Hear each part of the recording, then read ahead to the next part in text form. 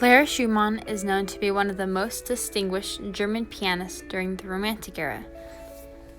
During this Romantic period, musicians are known for their enhanced emotion through their body language and pushing limits for piano structures and odd-sounding phrases.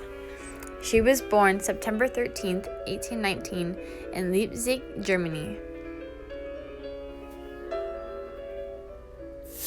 Clara grew up in a very musical household with her mother, a distinguished vocalist, and her father, a pianist with a very well-respected reputation all across their town. Having to deal with the separation of her parents through divorce at a young age, she and her siblings became legal custody to her father. This relationship between Clara and her father is quite interesting. He recognizes her special talent for the piano at a young age. At age 9, she proves herself a prodigy, and he quickly focuses his time and energy into making her the best musician she can be. Some argue that his discipline and extensive time requirements caused Clara to lack in her other studies. Something Clara is known for today is the great effect on the way piano concerts are carried out. For example, she was one of the first pianists to play music from memory in history. This is a monumental point because whenever pianists or anyone goes to concerts or recitals, audiences will never see sheet music because it is looked at as unprofessional in some cases.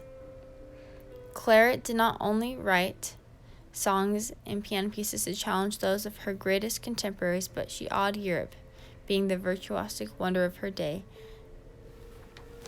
She composed at first similar to other virtuosic pianists, writing pieces to show off her technical abilities, such as polonaises, caprices, and the ever so popular variations set on familiar tunes from the day. Being a woman, most of the concert pianists were male, which made it difficult in social situations to get her name out into the musical world. They worked Robert Schumann was somebody that she met while he was a student taking from her father.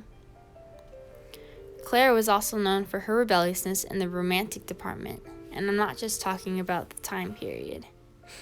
Later, Robert and Clara fell in love, and they worked very closely on writing and editing each other's music scores.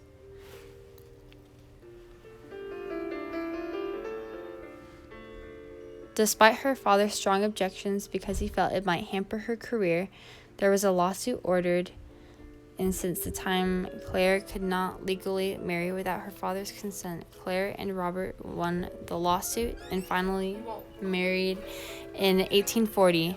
And what a musical duo they were. Together they exchanged compositions, wrote love letters through music, and were both successful in their work. Robert Schumann often used music and words that symbolized Clara for him, creating a spiritual influence of her in his writing. Clara brought in most of the income for their family, which at age 36 was very unusual, and eventually got the best of her. She once said, "I once believed that I possessed creative talent, but I have given up this idea. A woman must not desire to compose, because there has never yet been one able to do it. Should I expect to be the one?" Many wonder what stopped her from writing, being as successful as she was. Was it from society's peer pressure? At this time, Robert Schumann had been dealing with a mental illness and became institutionalized due to a suicide attempt. This became one big reason why she felt the need to stop performing and composing to take care of her family.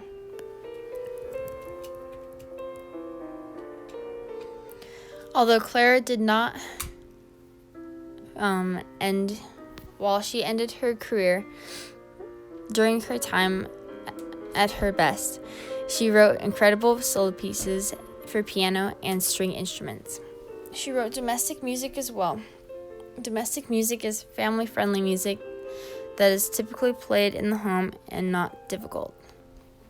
She was known to write many 4 successive sections called movements, with each movement the mood shifts and carries out a different mode. This 4-movement pattern was very traditional and goes all the way back to Mozart's days. To conclude, Clara wasn't just an excellent pianist, but she was a very gifted and sought-out composer. Being a woman in the music world wasn't always easy and accepting, but nevertheless, she spoke of the joy of creative fulfillment music gave her. It is obvious from her lifetime she had a deep and constant connection with music and the emotions displayed through it. She will forever be known as a virtuosic wonder and impactful for women in the music industry today.